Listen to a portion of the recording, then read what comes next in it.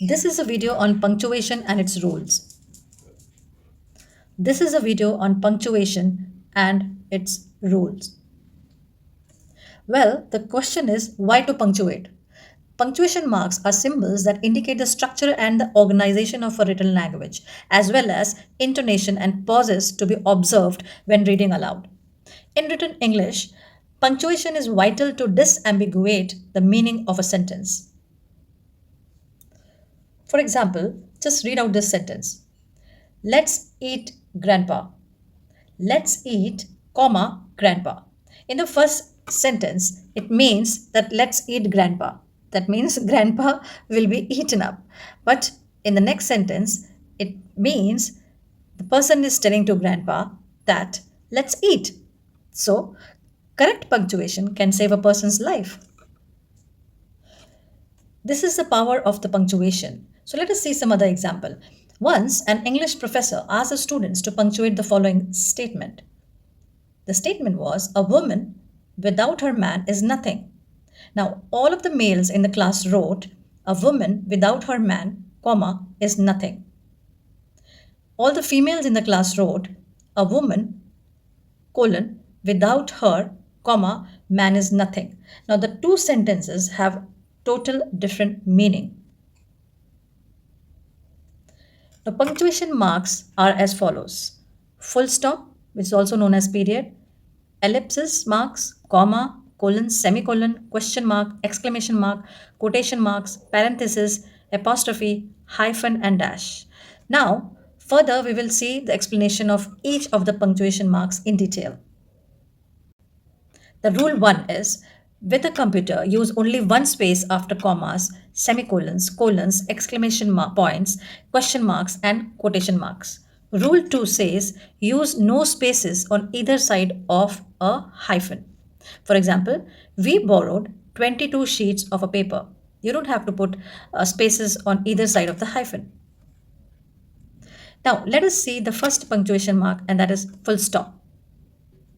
The first rule for the full stop is use a full stop at the end of a complete sentence that is a statement. For example, I know that you would never break my trust intentionally. Full stop. Second rule is if the last word in the sentence ends in a full stop, do not use another full stop after it. For example, I know that MD, she is my sister in law. Let us see the next punctuation mark, and that is ellipsis marks. Now, the three dot method is used for ellipsis marks. Use no more than 3 marks whether the omission occurs in the middle of a sentence or between the sentences. For example, the regulation states all agencies must document overtime or risk losing federal funds. If we write this sentence using the ellipsis, it will be like this. The regulation states all agencies must document overtime, and these are the ellipses. The next punctuation mark is comma. Let us look at the rules of using comma. The first rule is to avoid confusion, use commas to separate words and word groups with a series of 3 or more. For example, my property is to be split among my husband, daughter, son, and nephew. So after husband, you have put 1 comma here. After daughter, 1 comma here. After son, 1 comma here. Now, if we omit the comma after son, it would indicate that the son and nephew would have to split 1/3 of the property. The next rule is use a comma to separate two adjectives when the word and can be inserted between them. For example, he is a strong, comma, healthy man. Means instead of and, we can put comma. The next rule is use commas before or surrounding the name or title of a person directly addressed. For example, will you, comma, Aisha, comma, do that assignment for me? Yes, comma, doctor, comma, I will. The next rule is use a comma to separate the day of the month from the year and after the year. For example, she talked to her husband on December 5, comma, 2003, comma, in Mill Valley, comma, California. If any part of the date is omitted, leave out the comma. For example, they talked in December 2003, comma in Mill Valley. The next rule is use commas to set off expressions that interrupt the flow of the sentence. For example, I am, comma, as you have probably noticed, comma, very nervous about this. The next rule is if something or someone is sufficiently identified, the description following it is considered non essential and should be surrounded by commas. For example, Freddie, comma, who has a limp, comma, was the only person available with required qualification. So here, Freddie and who has a limp, this information is non essential. So it is put in comma and the rest of the sentence is followed later. The next rule is when starting a sentence with a weak clause, use a comma after it. Conversely, do not use a comma when the sentence starts with a strong clause followed by a weak clause. For example, if you're not sure about this, comma, let me know now. Let me know now if you are not sure about this. So in the next sentence, we haven't used any comma here. The next rule is use a comma to separate two strong clauses joined by a conjunction and, or, but, for, nor. You can omit the comma if the clauses are both short. For example, I have painted the entire house, comma, but he is still working on sanding the doors. I painted and he writes. The next example is use the comma to separate two sentences if it helps to avoid confusion. For example, I chose the colors red and green, comma, and blue was his first choice. Next rule is use commas to introduce direct quotations shorter than 3 lines. For example, he actually said, comma, I do not care. The next rule is use a comma to separate a statement from a question. For example, I can go, can't I? Next rule is use a comma to separate contrasting parts of a sentence. For example, it is my money, not yours. The next rule is use a comma when beginning sentences with introductory words such as well, now, or yes. For example, yes, comma, I do need that report. Well, comma, I never thought I'd live to see the day. The next rule is use commas surrounding words such as therefore and however when they are used as interrupters. For example, I would, comma, therefore, comma, like a response. I would be happy, comma, however, comma, to volunteer for the Red Cross. The next punctuation mark is colon. The first rule to use the colon is to introduce a list of items when introductory words such as namely, for example, or that is do not appear. For example, I want the items namely, comma, butter, comma, sugar, comma, and flour. I want the following items, colon, butter, sugar, and flour. The next rule is colon should not precede a list unless it follows a complete sentence. For example, I want an assistant who can first input data, second write reports, and third complete task forms. So I want an assistant who can do the following, colon, input data, write reports, and complete forms. The next rule is use a colon when the second clause explains the first clause and no conjunction is being used to connect the clauses. If only one sentence follows the colon, do not capitalize the first word of the new sentence. If two or more sentences follow the colon, capitalize the first word of each sentence. For example, I enjoy reading, colon, novels by Kurt are my favorite. Garlic is used in Italian cooking, colon. It greatly enhances the flavor of pasta dishes, colon. It also enhances the flavor of eggplant. So here you can see here only one sentence is used after the colon. So the letter is not capitalized. But in the second sentence, there are two sentences. So the first letter of each sentence is capitalized. The next rule is use the colon to introduce a direct quotation that is more than 3 lines in length. In this situation, leave a blank line above and below the quoted material. Single space the long quotation. Indent 1/2 inch on both the left and right margins. Quotation marks are not used. For example, the author wrote in the first chapter, colon, Georgia went back to her room and stared at the intricate patterns of burned moth wings in the clear glass of the overhead light. She felt herself as pitiable as the burnt moth. She could not manage the stress and anxiety she was experiencing this moment. The world was seeming odd to her. Now let us look at the next punctuation mark, and that is semicolon. The first rule to use semicolon is use it in a place of a full stop to separate two sentences where the conjunction has been left out. For example, call me tomorrow, semicolon. I will give you my answer then.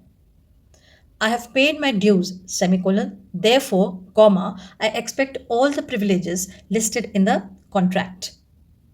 The second rule to use semicolon is the semicolon can be used to separate units of a series when one or more of the units contain commas. For example, this conference has people who have come from Lahore, comma, Pakistan, semicolon, Bombay, comma, India, semicolon, and Jeddah, comma, Saudi Arabia. Use a semicolon between two sentences that are joined by a conjunction but already have one or more commas within the first sentence. For example, when I finish here, comma, I will be glad to help you, semicolon, and that is a promise I will keep. If she can, comma, she will attempt that feat, semicolon, and if her husband is able, he will be there to see her. The next punctuation mark is a question mark. The first rule is use a question mark only after a direct question. For example, will you go with me? Question mark. You cannot use question mark in the sentences like this. I asked if he would go with me. The next rule is use a question mark when a sentence is half statement and half question. For example, you do care, don't you? Question mark. The next punctuation mark is exclamation mark. Use exclamation points to show emphasis or surprise. Do not use the exclamation point in formal business letters. For example, I am truly shocked by your behavior. Exclamation mark. The next punctuation mark is parenthesis. The first rule to use parenthesis is it is used to enclose words or figures that clarify or are used as an aside. For example, I expect $500 in parenthesis. He finally answered in parenthesis after taking 5 minutes to think, close the parenthesis, that he did not get the question. Commas could have been used in the above example. Well, the parentheses show less emphasis or importance. The next rule is use full parentheses to enclose numbers or letters used for listed items. For example, we need an emergency physician who can first think quickly, second, treat patients respectfully, and third, handle complaints from the public. Full stop go inside parentheses only if an entire sentence is inside the parentheses. For example, please read the analysis. I have enclosed it as attachment A. Full stop inside the parenthesis. Please read the analysis. Attachment A. Full stop is outside. Now let us see how to use apostrophe. The first rule is use the apostrophe with contractions. The apostrophe is always placed at the spot where one or more letters have been removed. For example, don't. For do not, we have used don't. Isn't. You are. For you are, we have used your. You're right. She is a great teacher. Use apostrophe to show possession. Place apostrophe before the S to show singular possession. For example, one boy's hat, one child's hat. Names ending in S or an S sound are also required to have the second S added. For example, Mr. Jones' golf clubs, Mrs. Lee's books. The next rule is use apostrophe where the noun that should follow is implied. For example, This was his father's, not his jacket. To show plural possession, make the noun plural first, then immediately use the apostrophe, like two boys' hat or two women's hat, two actresses' hats, two children's hats. Apostrophe can be used with a singular compound noun, which shows possession with s at the end of the word. For example, my mother in law's hat.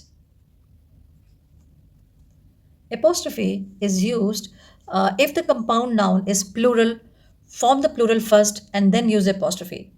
For example, my two brother in law's hats.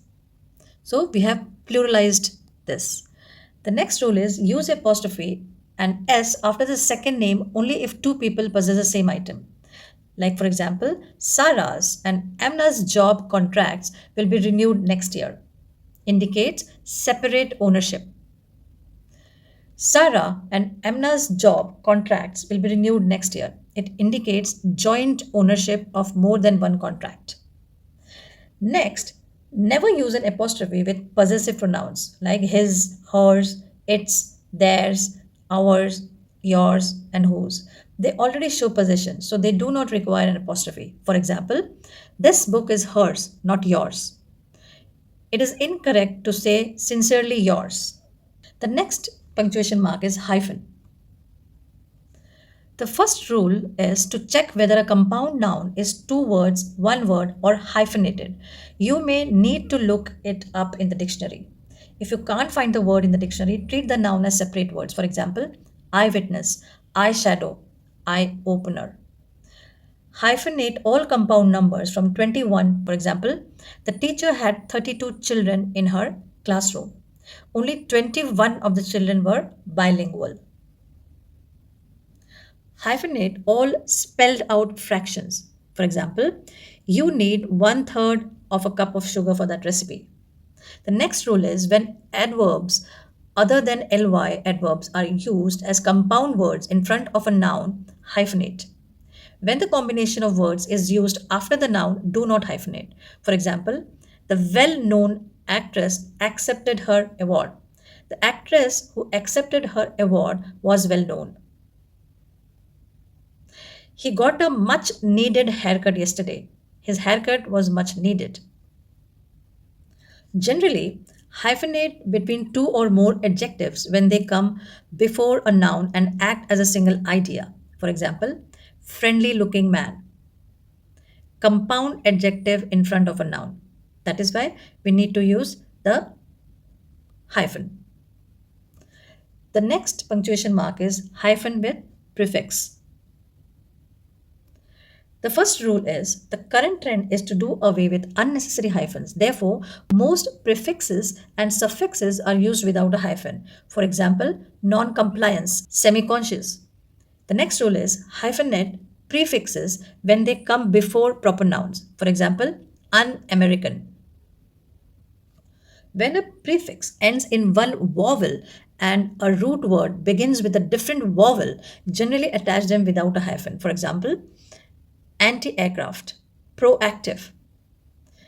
Next, hyphenate prefixes ending in an a or I, only when the root word begins with the same letter. For example, ultra ambitious or semi invalid. The next rule is prefixes and root words that result in double E's and double O's are usually combined to form one word.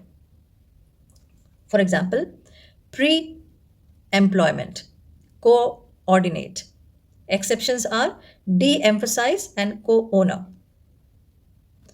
Hyphenate all words beginning with self except for selfish and selfless. For example, self assured, self respect, and self addressed. Use a hyphen with the prefix X. For example, his ex wife sued for non support. Use the hyphen with the prefix re only when the re means again, and omitting the hyphen would cause confusion with another word. For example, will she recover from her illness? Re does not mean again here. I have recovered the sofa twice. Re does mean again, and omitting the hyphen would have caused confusion with another word. Now, let us look at the other punctuation mark, which is dashes.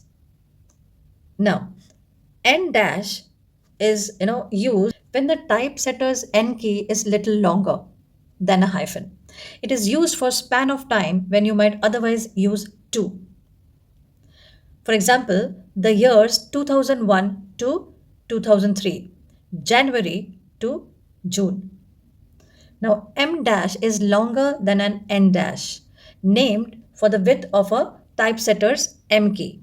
Now, don't use it just because you are uncertain about correct punctuation. In informal writing, M dashes may replace commas, semicolons, colons, and parentheses to indicate added emphasis, an interruption, or an abrupt change of thought. For example, you are the friend, the only friend who offered to help me. Never have I met such a nice person before you.